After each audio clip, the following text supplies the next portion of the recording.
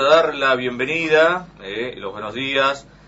Hoy hay una charla muy importante. En realidad ellos están desde ayer en Tucumán, estuvieron en Bellavista, en una reunión que organizó la intendenta Ana Paula Quiles. Dentro de un rato habrá una charla que comenzará a las 9 y estará hasta las 12:30. Hablemos de salud mental. Nos visita el doctor Andy Blake, es uno de los disertantes. Doctor, ¿cómo le va? Buen día, bienvenido, Andy. ¿Qué tal? Buen día, muchísimas gracias por la invitación. Bueno, un gusto tenerlo, además usted es uno de los psiquiatras más experimentados. Vamos a hablar un poco de salud mental y de lo que es la carrera de él y fundamentalmente de esto. Y le doy la bienvenida también a esta joven profesional, también psiquiatra, la doctora Natalia Ulengui. Nati, ¿cómo estás? Buen día. Buen día, muchas gracias por recibirnos de vuelta. Es una radio amiga, una radio que escucha a las cuestiones de salud mental, así que siempre agradecida por eso, Miguel. Bueno, gracias a vos por tener esta posibilidad de tener al doctor Blake con nosotros. Bueno, doctor, hay muchos temas para dialogar, pero fundamentalmente hay algo que importa y mucho, ¿no? Esta posibilidad de que usted, además de ser médico, es especialista en salud pública, fue director de salud mental en el gobierno del expresidente Mauricio Macri, miembro del capítulo de políticas públicas de la AAP. Bueno, hoy vamos a hablar de salud mental en la legislatura, y esto hay que hacer una mención especial al legislador Agustín Romano Norri y también al presidente de la legislatura, al contador Miguel Acevedo. Pero ¿con qué nos vamos a encontrar hoy, en este caso, doctor Blake? Bueno, la idea del foro es empezar a poner en agenda los problemas de salud mental. Después de la pandemia, la crisis de salud mental ha ido incrementándose significativamente. Aumentaron las adicciones, aumentaron los problemas de depresión, de ansiedad, y pasó a ser una situación epidémica en todo el país y en realidad en todo el mundo, pero en la Argentina creció significativamente.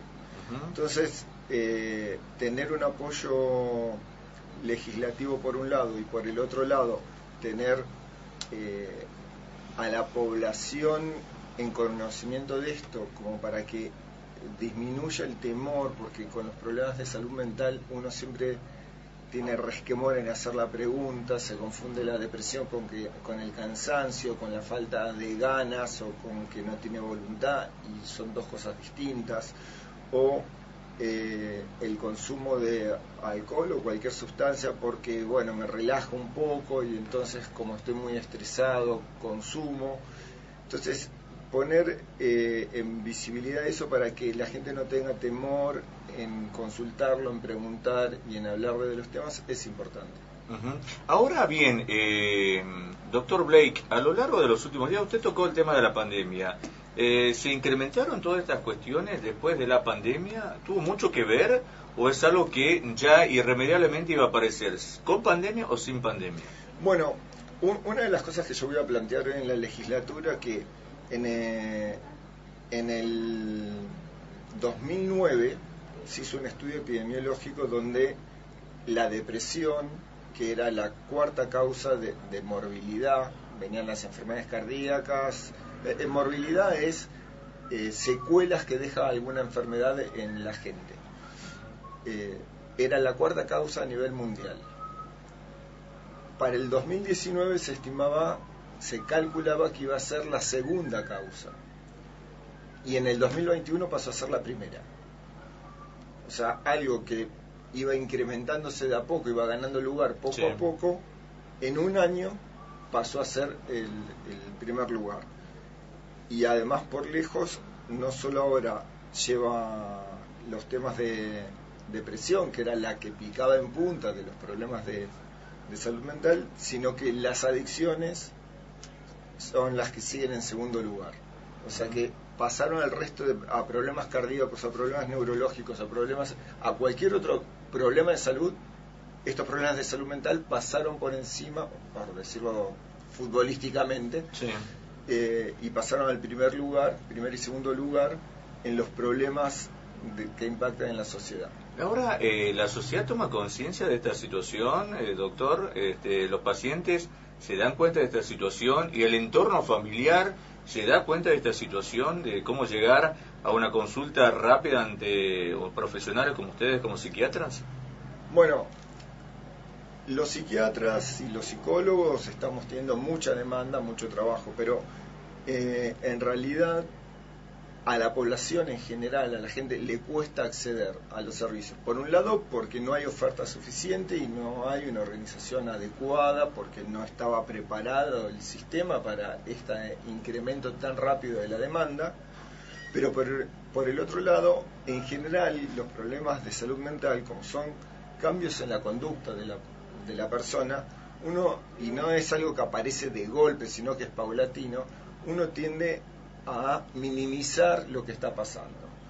Donde dice, no, estoy cansado, me falta energía, pero la persona ya no disfruta de las cosas, ya no tiene ganas, solo se levanta si tiene una obligación, va a trabajar y vuelve a su casa y no quiere hacer nada más, ya no tiene disfrute de las cosas pequeñas, de la familia, de juntarse con amigos, no le interesa. Y esa persona no está pensando que está comenzando un proceso depresivo. Se lo otorga al agotamiento, a la situación económica que a veces no nos alcanza, a las exigencias de la vida cotidiana. O para relajarse, toma algo, consume algo, no puedo dormir, tomo alguna sustancia que me dan, o tomo un poco de alcohol, y no se da cuenta que ese poco alcohol ya no es por disfrute, sino que es algo sistemático que lo tengo que hacer y que no puedo dejar de hacerlo. Y entonces no se consulta. La gente no va y no consulta. O también hay, sobre todos los temas de salud mental, una idea de vergüenza de cómo no estoy pudiendo con esto, cómo no estoy lográndolo, y la familia o a la persona que le pasa se siente avergonzado de consultar por eso. Hay un informe, recordemos que estamos dialogando con el doctor Andy Blake, que es uno de los psiquiatras más importantes de Tucumán. Dentro de un ratito habrá una charla muy importante en la legislatura de Tucumán. Y hay un dato fundamental de salud mental que se conoció en los últimos días, Andy. El 48% de los argentinos sufre ansiedad y el 51% sufre una crisis. La salud mental en Argentina, altos niveles de ansiedad, depresión y problemas para dormir. Es un estudio de la UBA. Reveló que el 8.7% de los argentinos enfrenta el riesgo de padecer un trastorno mental.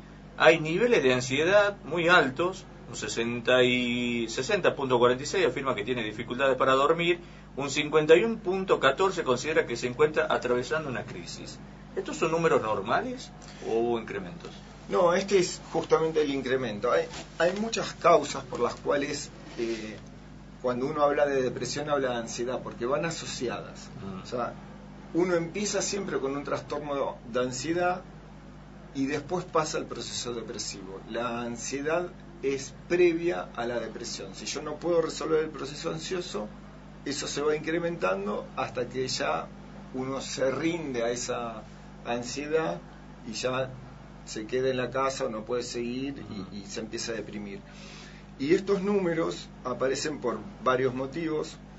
Bueno, la Argentina es un país que ha vivido de crisis en crisis económica y la situación económica nos genera ansiedad, nos genera estrés. Por otro lado, el ritmo de vida urbano hace que la sociedad en general esté ansiosa, pero por otro lado nosotros hemos vivido una situación de encierro muy grande y el aislamiento también nos genera mucha ansiedad. La soledad, el ser humano es social. Sí. No, podemos ser más o menos amigueros, pero siempre necesitamos el contacto con el otro. Y entonces el estar mucho tiempo aislado incrementó los números de ansiedad con los cuales salimos del encierro, y esa salida fue traumática, no fue una salida sencilla, porque se venía de una situación crítica y se vivía en una situación de temor. Claro. Porque no era un encierro porque tengo ganas, sino un encierro por riesgo de vida. Y entonces se vivía en una situación de temor.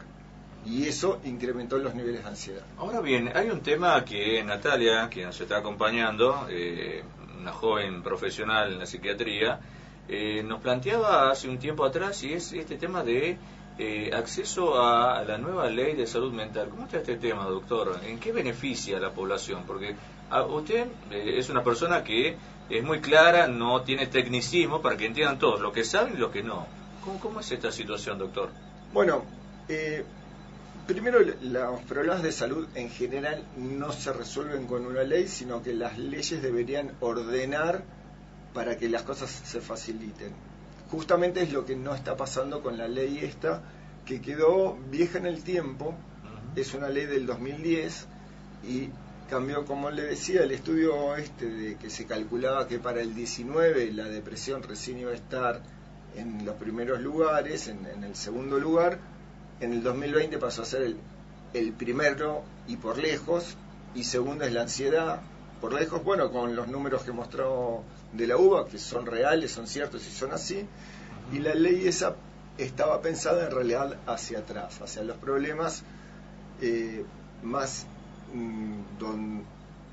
lo que nosotros llamamos problemas psicóticos, que es cuando lo que uno en general se imagina de los procesos de salud mental, que es la persona que ve cosas, que alucina.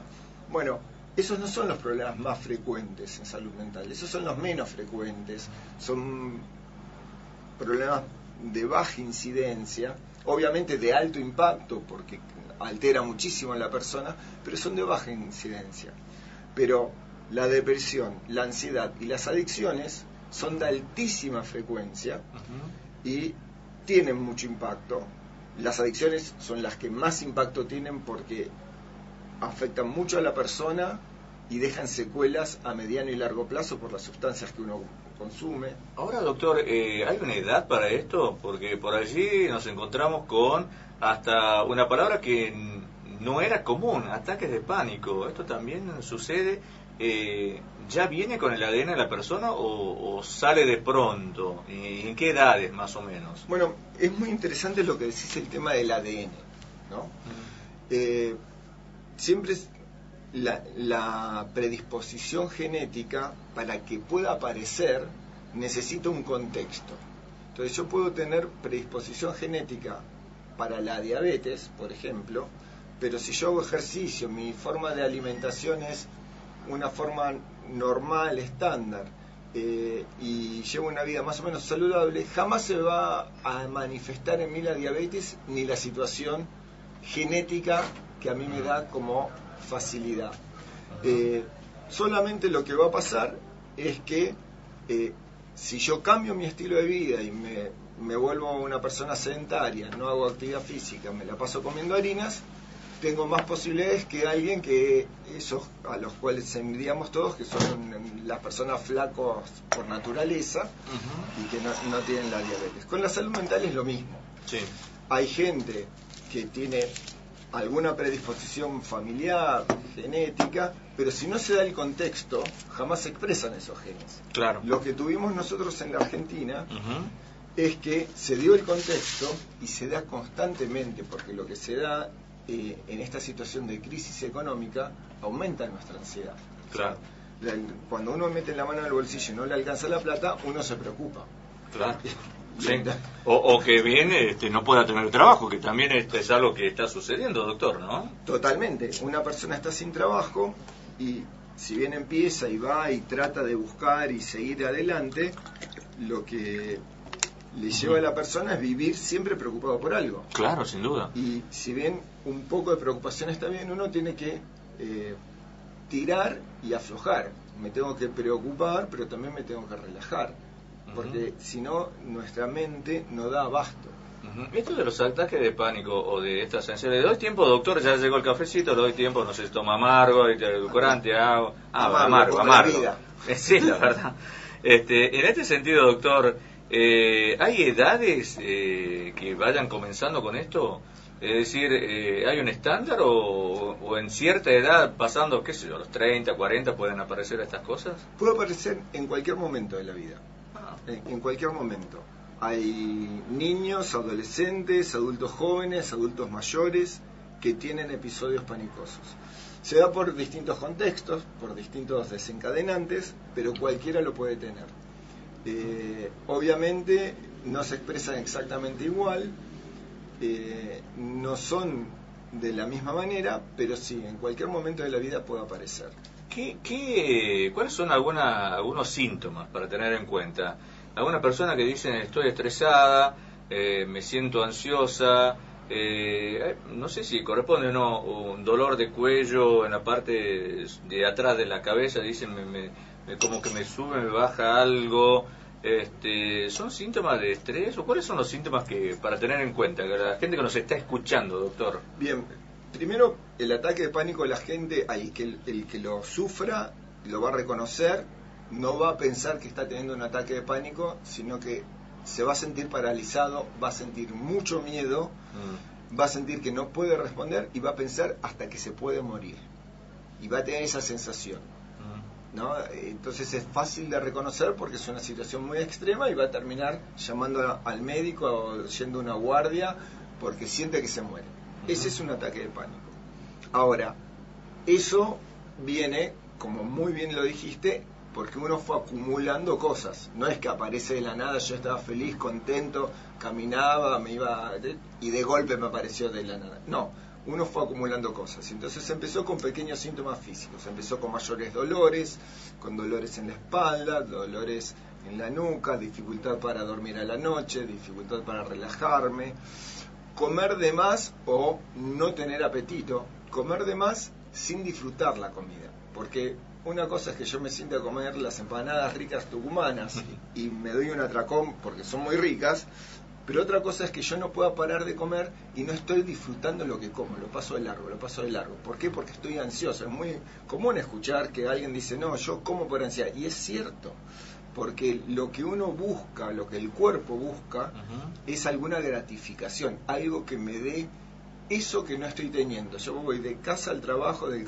trabajo a casa, pero en ningún momento tengo una situación de placer, algo que me genere gratificación, algo que me haga sentir bien. Y por naturaleza, una de las cosas gratificantes debería ser comer. Entonces, automáticamente el cuerpo pide comida. Claro. Y esa comida, en realidad no la disfrutamos porque nuestra cabeza está en otro lugar. No está en el lugar de, uy, qué rico esto y lo saboreo, que jugosa la empanadita. No, está en un lugar que es el problema que tengo en la cabeza, que me da vuelta, que me masculla, porque aparte de estas cosas físicas, el otro síntoma que tenemos es que hay una preocupación constante en la cabeza, que no puedo sacármela.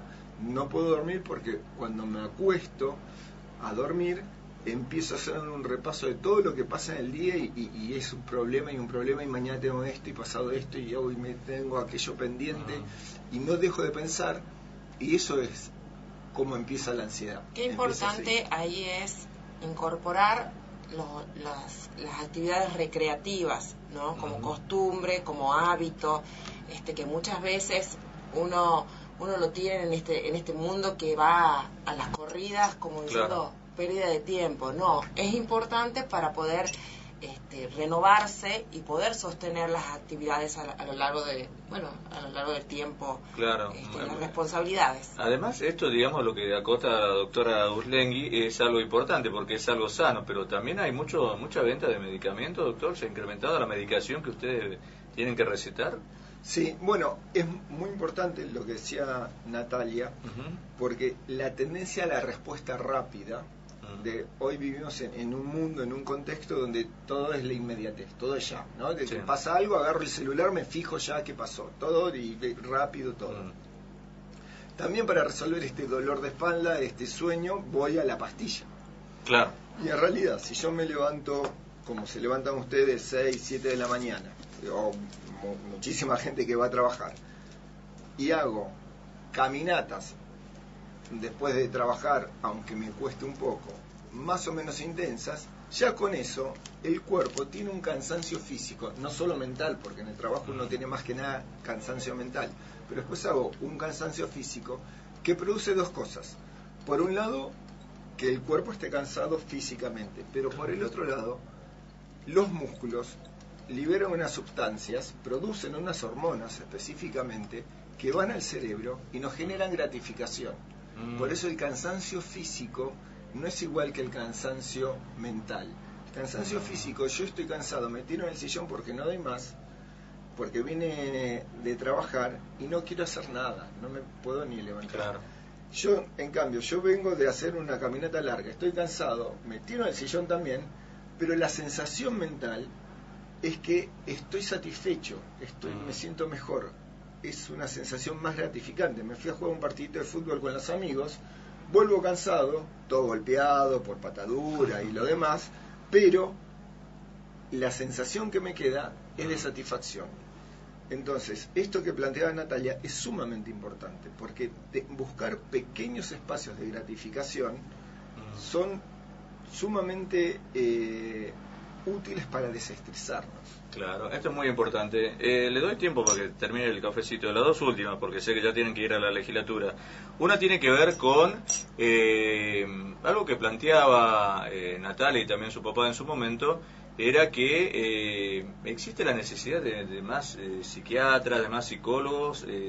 Digamos, ¿son los números de los profesionales son adecuados a la cantidad de población, doctor?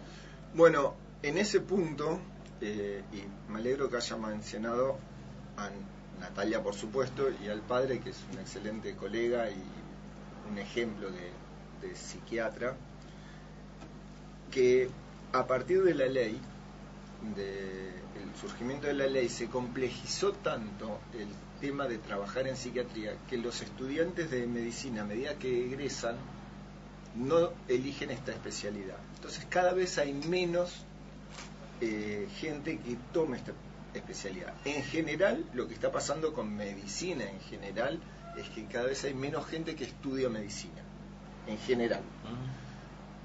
Y en particular en psiquiatría cada vez hay menos estudiantes de medicina que eligen psiquiatría como especialidad. La consecuencia de esto es que obviamente cada vez hay menos psiquiatras. Claro. Y cada vez hay menos psiquiatras jóvenes, y esto produce que los psiquiatras que tenemos más experiencia ya no queremos hacer guardias, claro. Entonces dejamos las guardias y las guardias empiezan a quedar vacías. Claro. Y eso hace que el que está en la guardia está sobrecargado y obviamente trabaja bajo presión y termina abandonando la guardia, digamos, y buscando otra cosa porque está trabajando bajo presión, porque no tiene recambio que venga desde abajo. Los que estaban arriba se empezaron a ir y se da una situación de cuello de botella. Claro. Ahora la última. Entre otros, hoy va a estar, entre otros disertantes, doctor, allí en Hablemos de Salud Mental, dentro de un rato en la legislatura, como hacemos gestión del legislador Romano Norri y del presidente de la legislatura, el contador Miguel Acevedo. Va a estar la madre de Chano también, ¿no? Con un caso especial, Marina, ¿no? Marina, una excelente persona que además de ser la madre de un músico famoso... Claro, porque todos la conocen más o menos por ahí, más allá de... Ella es licenciada en trabajo social, especializada en adicciones. Esa es su profesión, su carrera. Obviamente lo que le pasó al hijo le dio cierta notoriedad y ella se implicó no solo como profesional, sino como madre, y pudo contar esa experiencia, ¿no? Contar esa experiencia y ayudar a otros a que se animen a contarlo, porque lo difícil en esto es decir que me está pasando y poder contarlo. Y yo quiero decir algo que en general tendemos a juzgar qué es lo que pasa, en qué fallé, ¿no? Entonces digo, ¿en qué fallé que me pasa esto? ¿En qué fallé que le pasa esto a mi hijo? Bueno, en realidad en la vida se hace lo que se puede. Lo que no se compra hecho, dice el refrán. Claro. No hay una receta exacta ni perfecta de qué es lo que hay que hacer. Lo más importante es estar ahí para tratar de resolver el problema. Pero no es que hay una receta de que si yo hago esto, esto y esto, todo va a andar bien. Yo puedo hacer todo lo que teóricamente está bien y las cosas salir mal. Bueno, ahí está también una parte de que apuntamos desde el capítulo de políticas públicas, es hablar de educación de salud mental integral para que la población y los profesionales tengamos todos los profesionales, desde el policía, desde un maestro, tengamos herramientas para identificar a tiempo y hacer... Qué importante lo que estás diciendo, ¿no? Sí, entonces es una política pública que... O sea, que interdisciplinario. que todos, como comunidad, tengamos herramientas para poder ayudar a alguien que está empezando con alguna sintomatología y no se está dando cuenta, porque es una enfermedad que por lo general el que lo está transitando no la puede ver. Entonces, que como sociedad podamos ver y podamos invitar a que pueda a consultar a tiempo es importante. Y eso va también a abarca a esto del tema de los recursos humanos que vos bien mencionabas, ¿sí? Entonces, estamos tratando de decir, esto nos compete a todos. Como comunidad nos compete la salud mental a todos, no solamente a los profesionales, sino también a la comunidad, cómo nos vamos a parar al frente a esta pandemia, que es una pandemia difícil y que no queda otra que tomarnos las manos y ver cómo salimos todos juntos de esto. Así es. Doctor Blake, doctora Uslengui, gracias a ambos. Los libero porque voy a tenerlos toda la mañana, pero ya tienen que comenzar dentro de un ratito allí en la legislatura. Gracias, Andy, por esta visita. No, muchísimas gracias, ha sido un gusto y fue una entrevista muy amable, me hiciste sentir muy cómodo. Muchas gracias. Bueno, muchas gracias por visitarnos. Doctora Uslengui, gracias. Un placer. Bueno, nos vamos a la pausa. Recordamos, hoy a las 11 de la mañana en exclusivo desde Miami. Hablamos con Darío Moscatelli, el cantante de Desacados, aquella banda que dio que hablar en los 90, cambió la música con la house music. ¿Te acordás, Andy? Si habrás bailado con Desacados, Bueno, la pausa, ya volvemos. Ven a bailar y corre, González. Amigos de Tucumán, ¿cómo están? Soy Darío.